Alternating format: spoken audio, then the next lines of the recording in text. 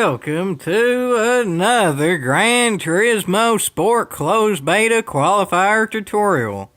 Today we have the N300 class around Willow Springs Big Willow. For this one I'm using the Audi TT. A lot of people for this one like the Lancer, and actually the top two spots are held by the Evora. But for whatever reason I'm fastest in the TT, so I'll show you how I did it in this car. This is not actually the best I think I could do. Once this one rolls back around and ends up being active again, I think I can improve my time a bit more. And I'm not sure what the max I can get, but for now this is the max I've got because I can't redo it as of now because it's not open. But once it opens up I will try to improve, but for now this is the best I've done. And I'll go ahead and show y'all what I did to get to what I've done. So here we go, folks.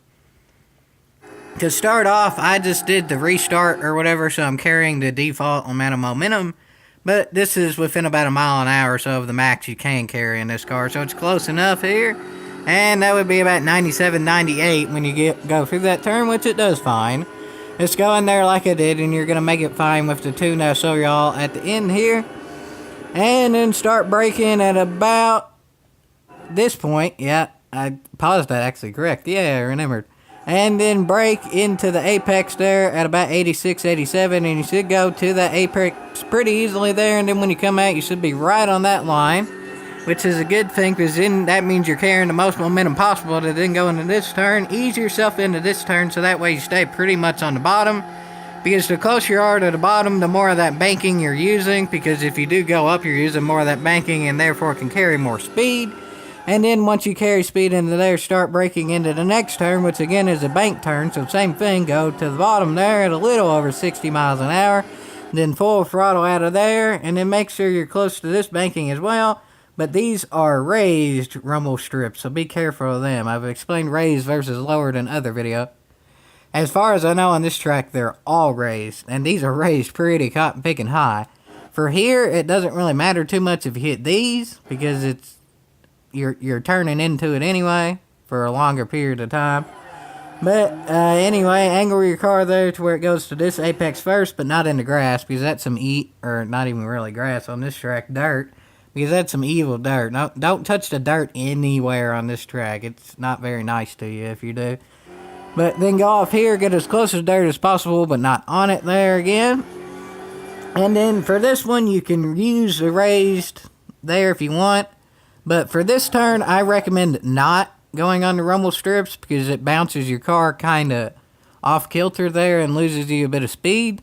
And from where this is going on to a faster portion of the track, I recommend not losing speed. And then once you're on this track, full throttle, close to the apexes, but not quite in the dirt there. And this is a pretty easy section, just full throttle on the inside and you're going to be good. Just stay on the inside here, hug the inside there, but don't go quite on the dirt. Then start easing your car out to the outside, because the more angle you have to the outside there, the more momentum you can carry into this turn. Then go back on the inside there. Carry momentum out of here is fine, not being quite on that apex. It seems like it's kind of user's discretion here.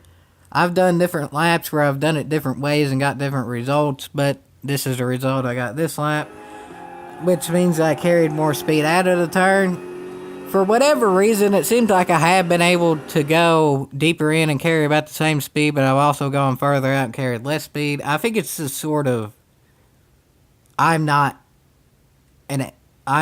like, I can't repeat the same lap over and over.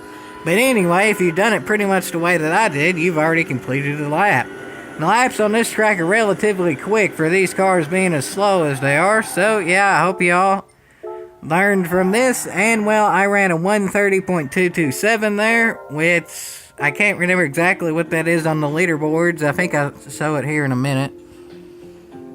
I think it's fairly high in the top 10 if I remember correctly. But first for the tune, it's shown on the screen here. I haven't actually ran this in a few days where it's been off for a while. This is recorded on Thursday, Thursday of the day or week of the Branch Hatch GP Group 4, where I did the video on that. And for tuning for this, max stabilizers, lowest damper compression. Camber and toe I think is the same in all regions. Same with I think differential is the same in all regions, I think it is.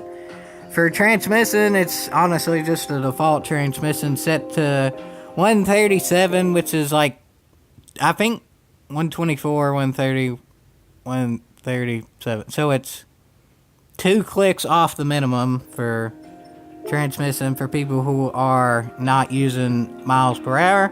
And anyway, for my final rank, well, Jiminy Cricket, I was 4. That's higher than I thought. But, well, yeah, I hope y'all enjoyed that and learned how to do it. And remember, just practice makes it to where you can do it the best you can. Not necessarily perfect, but you don't necessarily have to be perfect to get to where you want to be. Because keep your expectations realistic and get as high as you truly think you can be.